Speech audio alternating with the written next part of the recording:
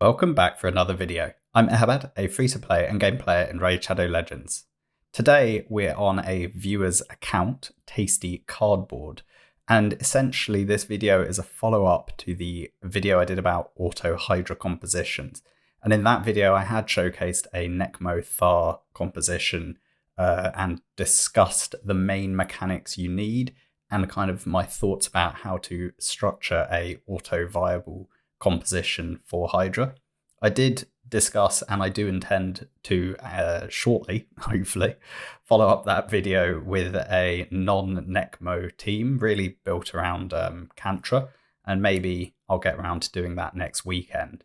So as a warning, this video will once more feature Necmo Thar, and that is simply because Necmo is S tier for Hydra, brings so much to the table. Look, this one isn't even fully booked. Not that you really need the additional books in the A1, but every little helps when you're really going to maximize damage. Maybe Tasty will rebuild this team in the future with a fully booked Necmo. But anyway, suffice to say, we've got the decreased attack on the A1, we've got the decreased speed and leech, which does help keep your team alive on the A2. And then we have the increased speed with a TM fill and the extra turn on the A3. I mean, Necmo is just god tier for Hydra. He really is. But there are other ways of getting Hydra compositions done. You don't have to use Necmo Thar, but if you do have one, some of the best teams you're going to find, particularly that are auto-friendly, will feature Necmo Thar. And since this video, we're really showcasing what is quite a remarkable team in terms of the damage that it outputs and the consistency at which it does it. You know, you have to accept that Necmo is in this team. He was a guaranteed champion, so there is a lot of people that will have him. And frankly, this composition is pretty attainable. It is in fact the 6 champions that you can see right here. So we have Necmo Thar, a previously guaranteed champion. Maulie, a champion who can be purchased if you are willing to sacrifice a lot of dupes within the champion trader. So another champion that can be accessed by everyone in the game. Then we have 2 epics, one of which, Inquisitor Shamil, was actually available as a guaranteed summon. Then another epic in Ugo. So Ugo and Royal Guard you would have to have pulled from shards. But the other 2 here, Inquisitor and Necmo, were guaranteed. Token Trader for Maulie. And then lastly, Mithrala, available to everyone via Hydra itself. So as a nightmare viable Hydra composition, this is fairly accessible. And I know some people say, you know, it's not now if you didn't get the Necmo Thar, and granted that is the case. It is always going to be more difficult as a newer player, whether you're a free-to-play or a spender, if you've missed out in previous opportunities to get champions, and the pool is so large. Unfortunately, it's the nature of the game. But since this is a showcase of a true end-game piece of content and a quite remarkable flex, should you say, on the damage side, I think we can forgive it this once, and I hope you won't be too annoyed by the inclusion of Necmo. Right, so before we get into the builds and the run, the first thing I want to say is this is my own PB on Nightmare, which I thought was a fairly respectable 83 million. I do in fact use my own Necmo Thar with Duchess, who at that point did have Brimstone, actually now in Polymorph since the change to Brimstone. Vargal, who was there really as my provoke champion. I didn't have Maulie, so I did rely on Vargal to do the provoke. And Duchess really only there as a means to deal with Torment. And obviously in this instance, we have Inquisitor Shamal. So, you know, Maulie and Shamael basically replacing the roles of these 2 champions. Then we also have the Royal Guard and Ugo here myself. So the only other kind of alternative is Mithrala out for Geomancer. So yeah, you can see in my composition, we're relying on Geomancer and Royal Guard to do the damage. We got the block buffs from Ugo. And it works well enough, but we only are able to bring 2 DPS slots and we're not benefiting from the second order effects of Hex. If we jump over, this is the splash screen from Tasty Cardboard's team. So it has actually done more damage than this. I think his PB is around 140 to 150 million, if I remember correctly. But when I ran it a couple of weeks ago and have the recording of the run, which we'll go through at least the beginning and end of the run shortly, it recorded just under 130 million on full auto from turn 1 right the way through until it ends. It is all rotation friendly. You deal with every single head in a very consistent, reliable manner. And that's what makes this team so remarkable. And a lot of that is coming from Maulie, who not only is bringing us the provoke to deal with decay, but also bringing a TM boost every time she is hit to make sure that you're keeping your team running really, really fast and outcycling the Hydra boss at a very high rate. And then with Mithrala bringing that Hex out there, you're getting so much second order damage coming from a high DPS Inquisitor Shamil and a high speed Relentless Royal Guard that you're really cycling these abilities so fast that you're just stacking up the damage, and it really does output quite a lot of damage. It's quite fun to see. And then really, if you want to talk about the absolute peak of what this composition theory can do, essentially you've got the exact same team, but with a Chrysia in place of Royal Guard. It's not 7 minutes, it would be 67 minutes, but yeah, 277 million is achievable. This is one of Tasty's clanmates who has fortunately been blessed with an Chrysia, and it's astounding, really. The damage is absolutely disgusting. Anyway, the way we're going to do it is I'm going to jump in and show you the builds first, because I think that's the more interesting part for a lot of people, and then we'll just do a little bit of the run. We're not going to watch the entire 45-minute run. No one has time for that. Anyway, so first up, Nekmothar. You can see in speed and perception here, going purely for stats, really fast at 374 speed. This Nekmothar is flying. Then we have more than enough accuracy to deal with Hydra, although you do actually need quite a lot of accuracy for Nightmare if you're not bringing increased accuracy, and you do come across, I believe it's when Suffering is out, Suffering adds an extra 50 resistance to all the heads.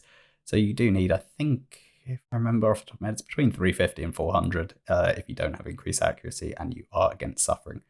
So it's something to be aware of. So anyway, here, more than enough accuracy than you need. Very high speed. So that's a pretty impressive Nekmothar right there. As I showed already, the skills not all fully done, but the key ones are A2 and A3 booked out with Brimstone as the blessing, but only a rank 1 blessing at the moment. And then in terms of the masteries, we have Warmaster, very important. Lasting Gifts, it's worth picking up for a champion that does so much buffing. And Master Hex. And then otherwise we've got all the turn meter boosts that we possibly can, coming from both Rapid Response and Arcane Celerity. It's a very similar build, I believe, to my own Nekmothar, although I think I went for Pinpoint instead of Steadfast. And I might have picked up Swarm's Mitre, but this is actually definitely more optimum in Arcane Celerity and Rapid Response, as you're both buffing and debuffing a lot of champions. Interestingly enough, I would actually recommend not going for Deadly Precision. I'm pretty sure on Nekmo, Blade Disciple actually has higher stat value, but not by much. Not by much at all. On to Maulie. Maulie here in Reflex and Resilience. Reflex there really just to be able to cycle back and use this A2 as frequently as possible. We do have a chance to have a 2-turn provoke. Otherwise, it's a 1-turn provoke. We are cycling so fast, plus with Reflex, that we are able to consistently get back to this and be able to keep that head controlled under lockdown. And then in addition to that, we have a single target revive if something goes wrong. And here is the Rowdy Crowd passive here, really adding huge amount of TM fill, 25% when this champion is hit by a boss. That is huge. And that's why Maulie is so strong in Hydra. Not even currently awakened at the moment, this Maulie. So room for improvement there as well. So the scope for how much damage this composition could do, I mean, it's scary is the answer. Obviously, the skills are done, at least the important ones. The passive, the A3 and the A2. The A1, again, not done. So we're just clearly Tasty Cardboard knows how to book a champion and is conserving books at every opportunity. Exactly how I do myself. We have gone down to Unshakable. Maulie Tankard here is the Mischief tank, and we do have Lasting Gifts as well, which makes perfect sense given the role here. And then we've also got Defiant in the tier 1, which again makes sense given what Tasty is trying to build. If we look at the total stats, 400 accuracy, just shy of 500 resistance. Again, this is the stat level you do want. Pretty quick at 240, but nothing too crazy. To be honest, this build looks very similar to my Skull Lord Vargal overall. So I think it is a fairly achievable endgame build in Reflex. Most people should be able to, who are really pushing Nightmare, should be able to build a champion of this quality. This is where things get a bit special, if I'm honest. This Royal Guard 6-star Awakened with Crushing Rend is quite obscene. We have, what have we got here? 265 speed on a Relentless Royal Guard is quite impressive, I've got to say. And even maintaining a decent amount of defense at 2,500, 45k HP, that's a good effective HP pool there for a Royal Guard. 100% crit rate, and then good crit damage at 240. In terms of the skills, obviously done, as we mentioned, Crushing Rend on the Blessing. And then the masteries going down to War Master. Again, that makes perfect sense. And then we've got Master Hexer here, although not important in this particular Royal Guard build because this Royal Guard is built with no accuracy. There's one interesting thing about this particular build, and it's actually a very similar Royal Guard to my own.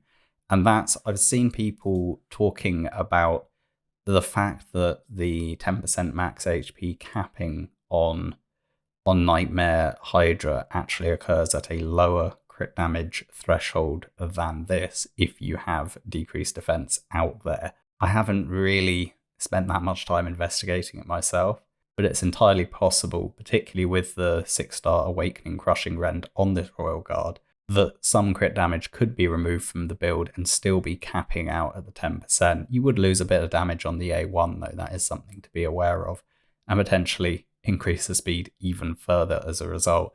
I'm not sure whether you'd end up with more overall damage because you are going to get quite a lot of damage on the A1 with Hex Splash effect. So it's subjective as to whether sacrificing the crit damage and pumping up the speed would actually net a bigger overall damage or not. Anyway, this is how it's built, and you've seen the results and they're pretty impressive. So we're not going to debate too much. One refresh accessory there as well. No refresh on Necmo or Maulie as well, which makes it even more impressive if you ask me. And then on to the Inquisitor Shamail. This is a damage build. We do have one cruel. What have we got? 250 speed, 5.5k attack. That is quite a lot because Shamail does not have the highest base attack for a nuker. Just shy of 1300. It's a good level, but it's not crazy.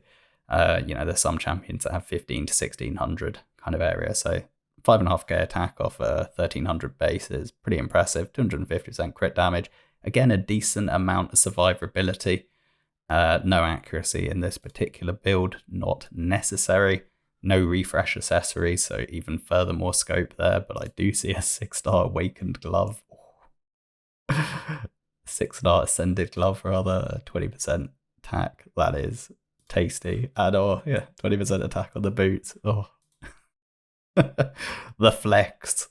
Anyway, booked out, obviously, and Phantom Touch makes perfect sense. In terms of masteries, down to War Master, this all makes sense, and there is Retribution, which I guess probably will proc occasionally. Support tree not necessary in this build. Again, this all looks sensible and pretty impressive. Ugo, Relentless and Perception. No refresh again.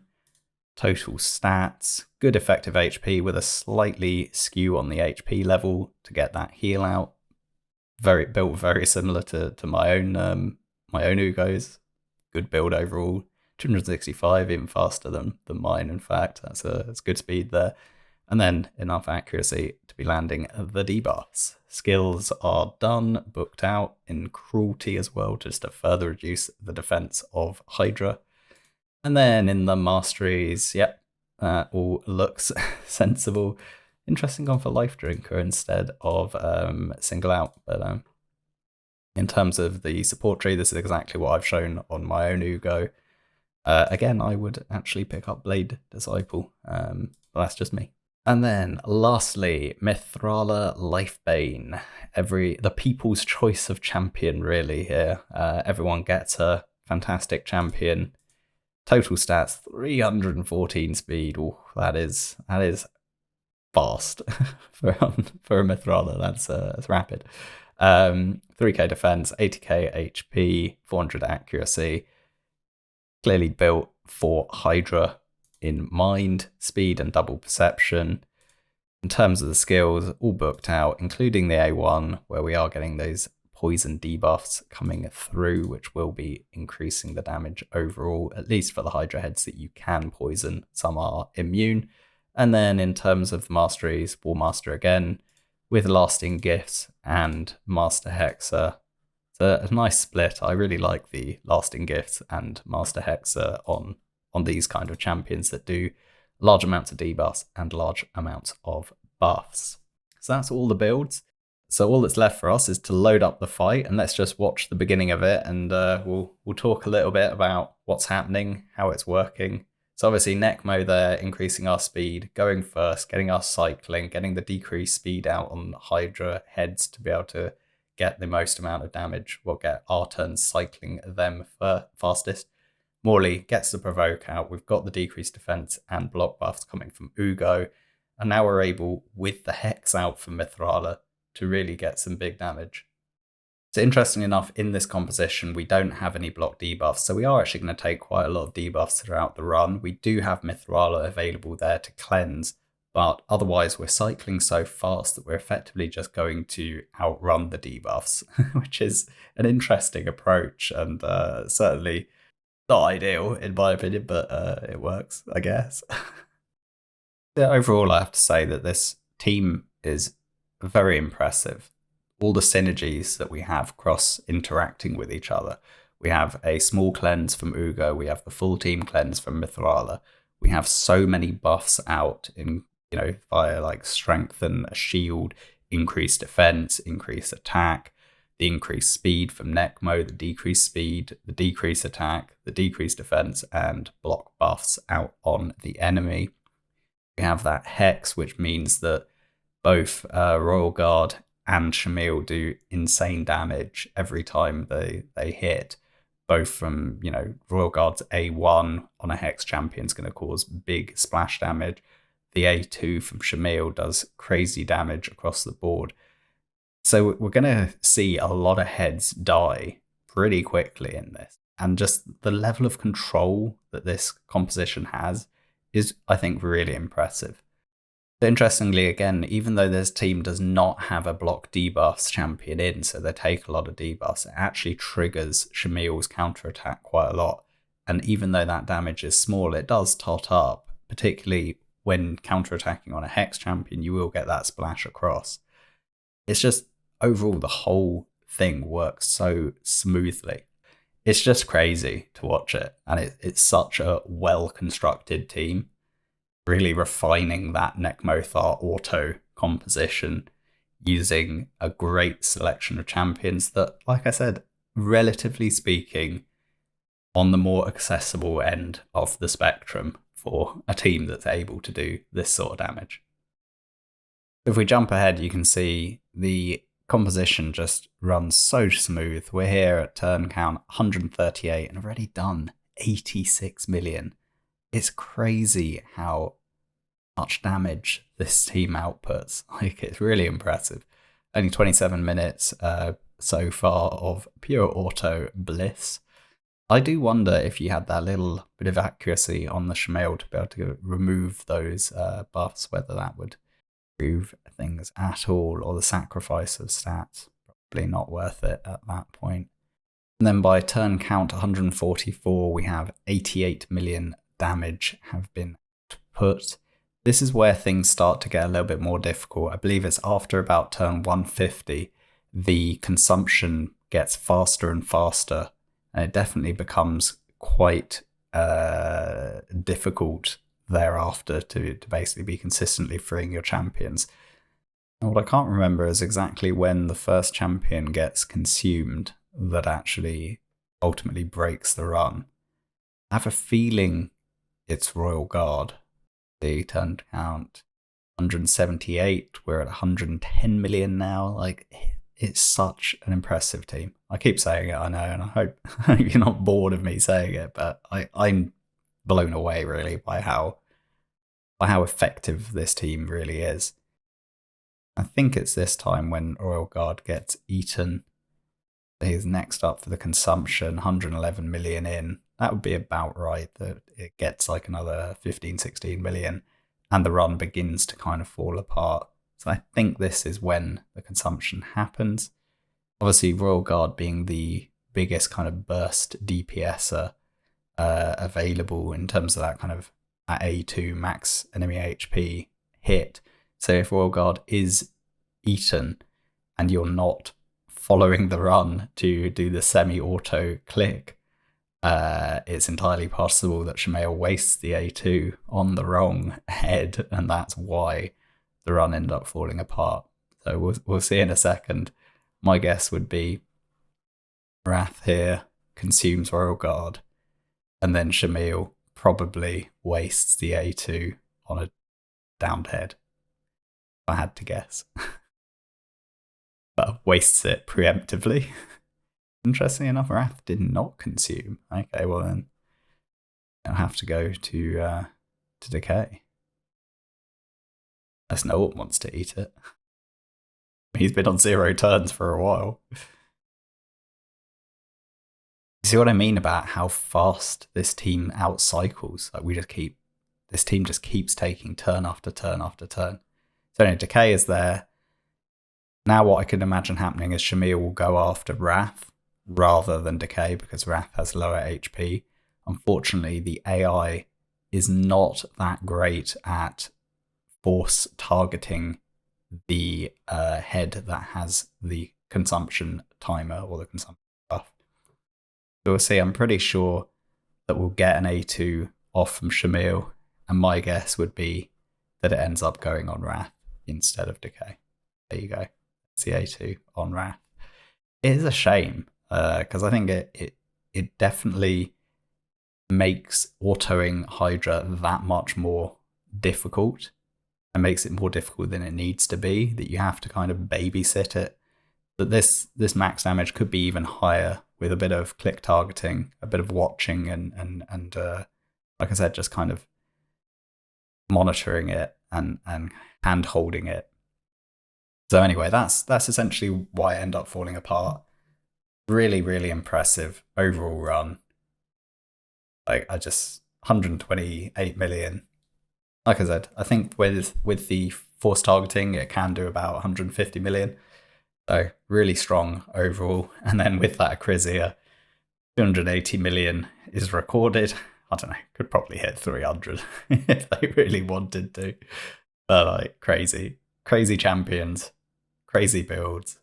Anyway, a bit of a different video. Not something I typically do. I don't do much content where I'm showcasing other people's accounts. In fact, I think this will be the first one I've done.